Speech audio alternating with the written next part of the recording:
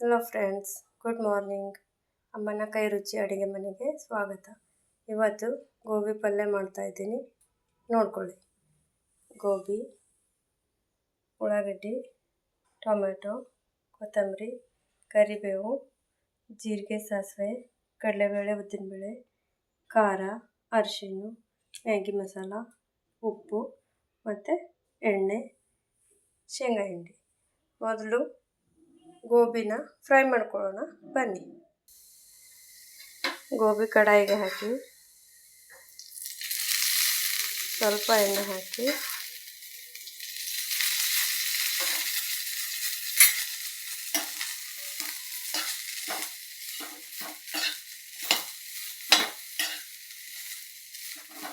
ಚೆನ್ನಾಗಿ ಫ್ರೈ ಮಾಡ್ಕೊಳ್ತೀವಿ. ನೋಡಿ ಫ್ರೆಂಡ್, ಈ ಥರ ಒಂದು 10 ನಿಮಿಷ ಮೆತ್ತಗಾಗೋ ತನಕ ಹುರ್ಕೊಳ್ಳಿ. ಈಗ ಮೆತ್ತಗಾಗಿದೆ, ತೆಗೆಯೋಣ. ಒಂದು ಪ್ಲೇಟಲ್ಲಿ ತೆಗೆದಿಟ್ಕೊಳ್ಳಿ. ಈಗ ಅದೇ ಕಡಾಯಿಗೆ ಸಾಸಿವೆ ಜೀರಿಗೆ ಹಾಕೊಳ್ಳೋಣ.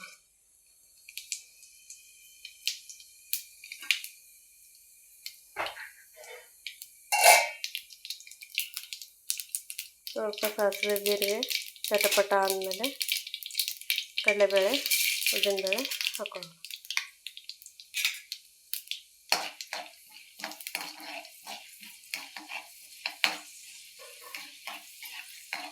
ಚೆನ್ನಾಗಿ ಕೆಂಪಗೆ ಹುರ್ಕೊಳ್ಳಿ.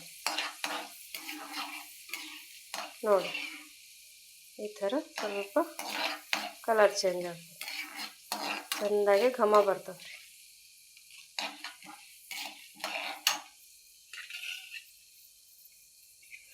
ನಂತರ ಆನಿಯನ್ ಹಾಕ್ಬೋದು.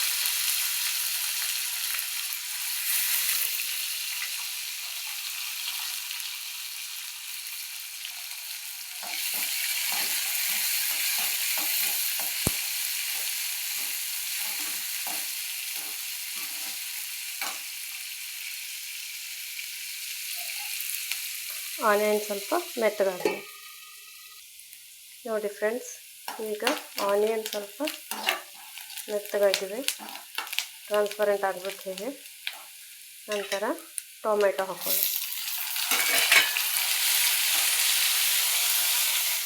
ಸ್ವಲ್ಪ ಮುಚ್ಚಿಡೋಣ. ಈಗ ಖಾರ, ಉಪ್ಪು ನಿಮ್ಮ ರುಚಿಗೆ ತಕ್ಕಷ್ಟೇ ಹಾಕ್ಕೊಳ್ಳಿ ಫ್ರೆಂಡ್ಸ್. ಉಪ್ಪು,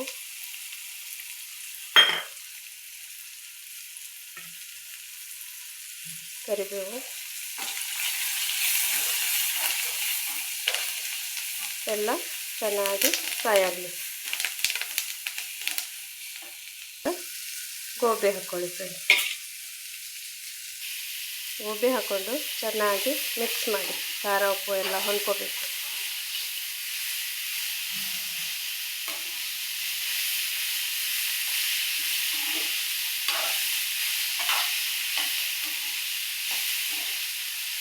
ನೋಡಿ ಫ್ರೆಂಡ್ಸ್, ಎಷ್ಟು ಕಲರ್ಫುಲ್ಲ ಗಮ್ಮ ಅಂತ ಇದೆ ವಾಸನೆ. ಮ್ಯಾಗಿ ಮಸಾಲ ಹಾಕ್ಕೊಳ್ಳಿ ಫ್ರೆಂಡ್ಸ್, ತುಂಬ ಟೇಸ್ಟಿಯಾಗಿರುತ್ತೆ. ಮಕ್ಕಳಿಗಂತೂ ತುಂಬ ಇಷ್ಟ ಮ್ಯಾಗಿ ಮಸಾಲ ಹಾಕಿದರೆ ಪಲ್ಯ.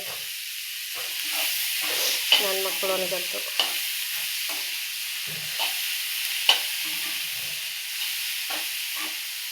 ಇಷ್ಟಪಟ್ಟು ತಿಂತಾರೆ. ಅದರಲ್ಲಿ ನೀರು ಹಾಕೋದು ಬೇಡ ಫ್ರೆಂಡ್ಸ್, ಟೊಮೊಟೊ ಹಾಕಿರ್ತೀವಲ್ಲ ಅದೇ ನೀರು ಬಿಡುತ್ತೆ, ಟೇಸ್ಟಿ ಆಗುತ್ತೆ.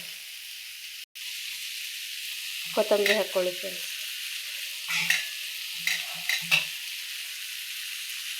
ಇದಕ್ಕೇನು ನೀರು ಹಾಕೋದು ಬೇಡ, ಹೀಗೆ ಡ್ರೈನೇ ಚೆನ್ನಾಗಿರುತ್ತೆ. ಡ್ರೈ ಪಲ್ಯ, ಗೋಬಿ ಡ್ರೈ ಪಲ್ಯ.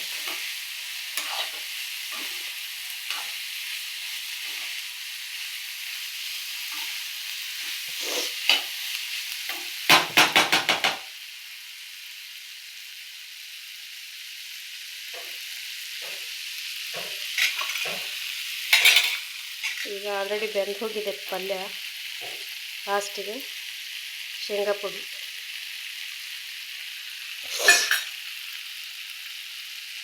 ಶೇಂಗಾ ಪುಡಿ ಹಾಕಿ ಮುಚ್ಚಳ ನೋಡಿ.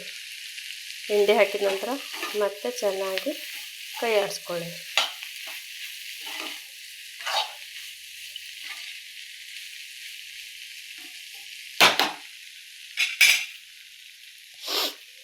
ನೋಡಿ ಫ್ರೆಂಡ್ಸ್, ಪಲ್ಯ ರೆಡಿ ಆಯಿತು.